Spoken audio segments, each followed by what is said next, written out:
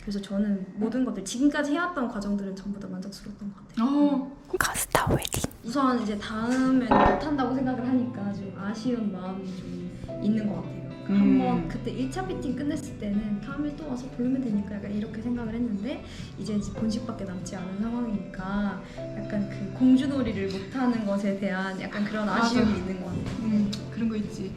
우리가 보통 이제 여자들이 평생에 이제 최고의 기회이고 이런 대접을 받는 경우가 잘 없는데 그것 때문에 공주놀이라는 얘기를 많이 하잖아요. 네네. 그래서 그게 조금 아쉬운 것 같고 그다음에 처음 봤을 때랑 생각이 많이 달라질 줄 알았는데 오히려 이제 내가 취향이 참 확고한 사람이거든.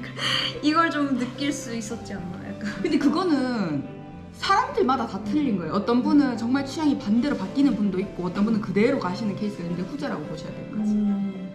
그리고 이 영상을 보고 계신 신랑님 평생 공주처럼 해주기로 약속. 약속.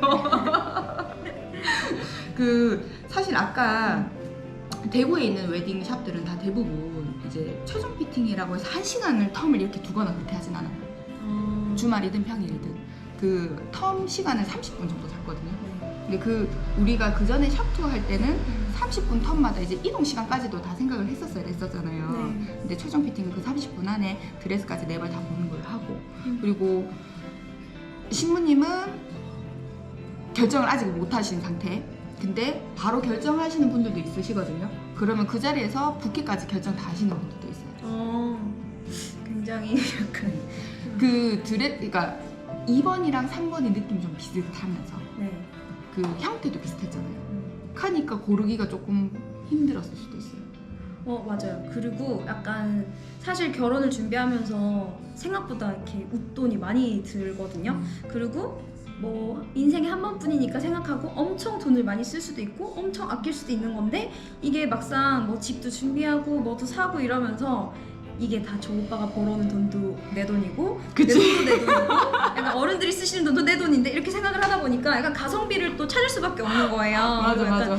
시대가 또 요즘 코로나 때문에 약간 조금 그런 부분들도 있고 다들 뭐 이렇게 막 넉넉하진 않으니까 이게 뭐 기준에 따라 다르겠지만 그렇기 때문에 제가 봤을 때는 이제 2번, 3번의 드레스 패턴은 비슷한데 상체가 조금 달라 보였던 건 사실이고 유교걸이라서. 근데 그게 3번에서 약간 가슴이 이게 조금 덜 파였으면 아예 그게 너무 마음에 들어서 그냥 픽 뭐 추가금이 더 붙어도 픽 이럴 수 있었을 텐데 이게 집안마다 분위기가 조금 다른데 저희 집이 엄청 그래요. 그래서 약간 말씀 시작부터 어른들이 이니에지 삼강오르네 이런 쪽의 분위기여서 첫 번째 드레스 픽을 했을 때 이제 뭐 어른들한테 다 얘기를 했을 때 너무 우리가 또 이렇게 우리 집안 분위기에 맞다 막 이런 말씀도 해주시고 그걸 되게 마음에 들어 하셨었거든요. 근데 다 비슷한데 이게 너무 훅 빠지니까 이게 아예 바스트가 원래 없는 신부들이면 오히려 그걸 더 픽했을 수도 있는데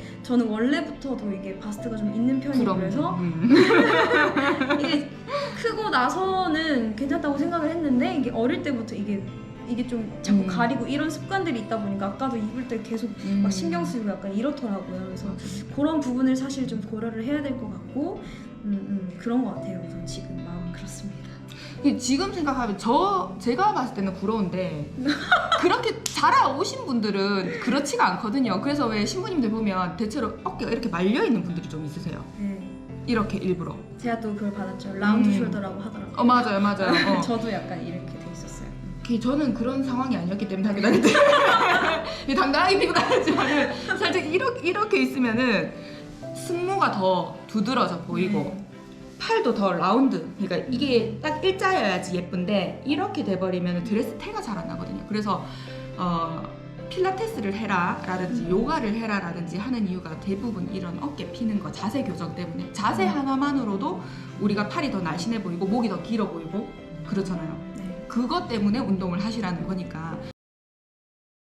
메이크업 받을 때 이게 더 나을 수 있겠다 이렇게 생각을 했는데 막상 드레스랑 같이 매칭을 해보면 원장님 왜 이렇게 말씀하셨구나 약간 이런 것도 느낄 수 있는 것 같고 부케도 저는 사실 되게 미리 셀렉해야 되는 거 아니야? 부케는 어떻게 해야 돼? 이러면서 친구랑 같이 막 인터넷에서 엄청 찾아보고 이랬거든요. 근데 이제 모르니까 결혼을 한 한 번밖에 못 하니까 몰랐는데 이제 이런 것도 샵에서 이렇게 추천을 또 해주시고 플래너랑 같이 하면 이런 것도 다 추천을 해주시는구나 이런 것들도 몰랐던 걸 너무 많이 알게 된 것 같아요. 그래서 그것도 되게 신기하고 약간 저는 또 청첩장 준비하는 거를 또 플래너님이 이렇게 알려주시는 거를 몰라가지고 혼자서 막 하느라고 이거 큰일 났다 막 이러면서 그리고 이게 생각보다 보통 결혼이 이제 10월달이 피크라고 하잖아요. 근데 이제 나는 11월이니까 상관없겠구나 이랬는데 이제 막상 돌리는 이 시점을 생각을 하면 진짜 미리 준비를 해야 되는데 이게 뭐 급하니까 사이트 같은 데 가보면은 막 이게 인쇄를 막 지금 24시간을 돌려도 시간이 모자라서 맞아. 늦게 그런 나오고 거 많지. 그런 겁을 엄청 주니까 진짜 못 돌리는 거 아니야? 약간 이런 거. 그래서 결혼을 준비하면서 생각보다 많은 것들이 엄청 신경을 쓰이고 요즘 또 막 백신 맞고 이런 것도 생각을 못 한 거예요. 백신 맞고 뭐 이렇게 후유증 얼마나 아플지 그래서 그런 팔 띵띵 묶고 막. 네.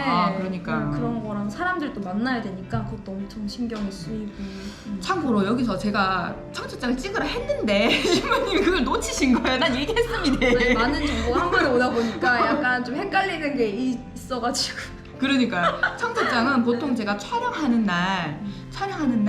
끝나고 미리 한번 보시라고 미리 얘기를 드려요. 왜냐면 뭐 예를 들어서 설이나 추석이 끼어 있으면 그 전에 미리 준비를 해서 명절날 어른들 볼 때 한꺼번에 드리시면 좋으니까.